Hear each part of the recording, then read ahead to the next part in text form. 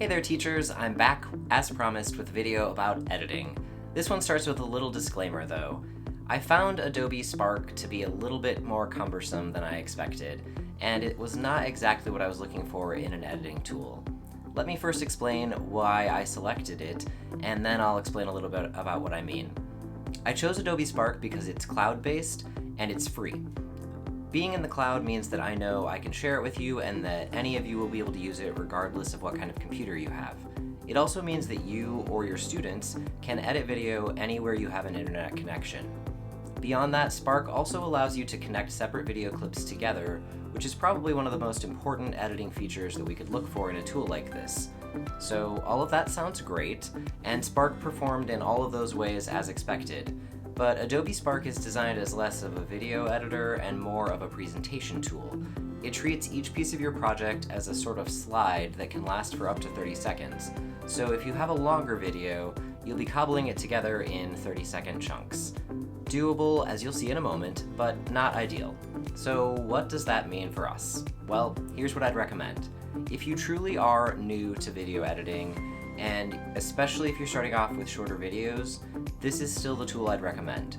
But if you have any experience with video editing, or you're pretty sure that you're going to make more than a few videos, contact me about getting access to our district's WeVideo account. I'm linking the WeVideo Academy page in the description below so that you can take a look at what it looks like to edit on that software. If you decide that it's something you can use, I will look forward to hearing from you. If you're still a little uncertain or you just don't know which way to go, give the rest of this video a watch and just reach out if you have any questions. Okay, that's it for the disclaimer. Let's take a look at editing with Adobe Spark. Alright, to get started, head to spark.adobe.com and click the Sign In button. You can then use Google to sign in using your school account, and Spark will ask you to create an account with Adobe if you haven't already. From the home page, after you dismiss any tutorials that pop up, you can click the blue Create a Project button up in the top left, and then select Video to get started on your video project. Once the next page loads, it's time for you to enter a title. Rather than using a template, I'd recommend using the Start from Scratch button, which will give you a blank template to put your video into. Go ahead and dismiss the tutorial, and start by adding a title to your first slide by clicking the plus and then selecting Text. Next, it's time to import your video. Click the plus on the left side and then click Video.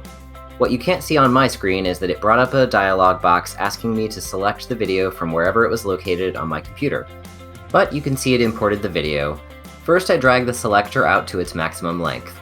Like I said, Adobe Spark only allows you to add 30 seconds at a time, so once I've dragged the selector out to that length, then you can see I'm dragging the selector by the little handle at the top to cut off awkward camera fumbling at the beginning, and then capturing the first 30 seconds or so of my video.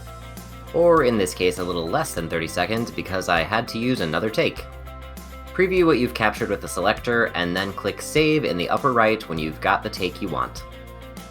And now we'll speed through it, saving our video with the magic of editing, and we're ready to add our next video clip.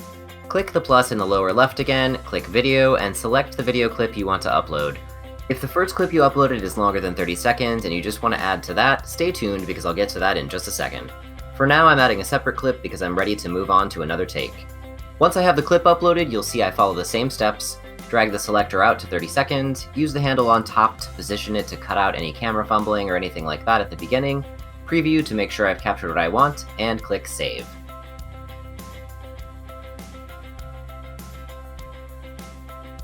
Now we're ready to extend a clip that's longer than 30 seconds. Click on the video clip you just added if it's not already selected, and then click the little Continue Clip button with an arrow pointed to the right. This will create another 30-second chunk that continues from right where you left off with the last clip. Follow the same process with the selector to capture the content you want, then click Save. From here, you can repeat the process to continue your clip if you still have more video to go, add new video clips, or get ready to finish your video. Alright, a couple of tips before we finish this up. If you're trying to find the Continue Clip button and it's not showing up, look for a little pencil icon at the top right of your video preview. This will open options for that video clip and allow you to continue from where you left off. Also good to know, by default, Adobe Spark seems to add a music track and decrease the volume of your video clips. It took me a while to figure out what was happening, so I wanted to give you a heads up on that. To remove the music, click the Music tab over on the far right of the screen and toggle the music on, switch, to off.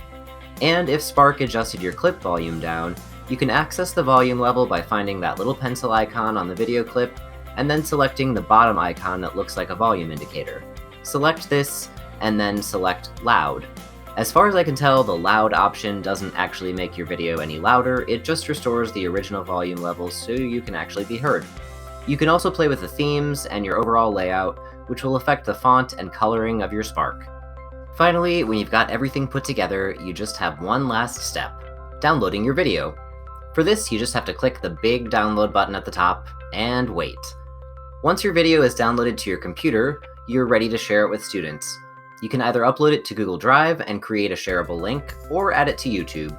If you're not sure how to do either of these, just ask. I'll be happy to help. That's it!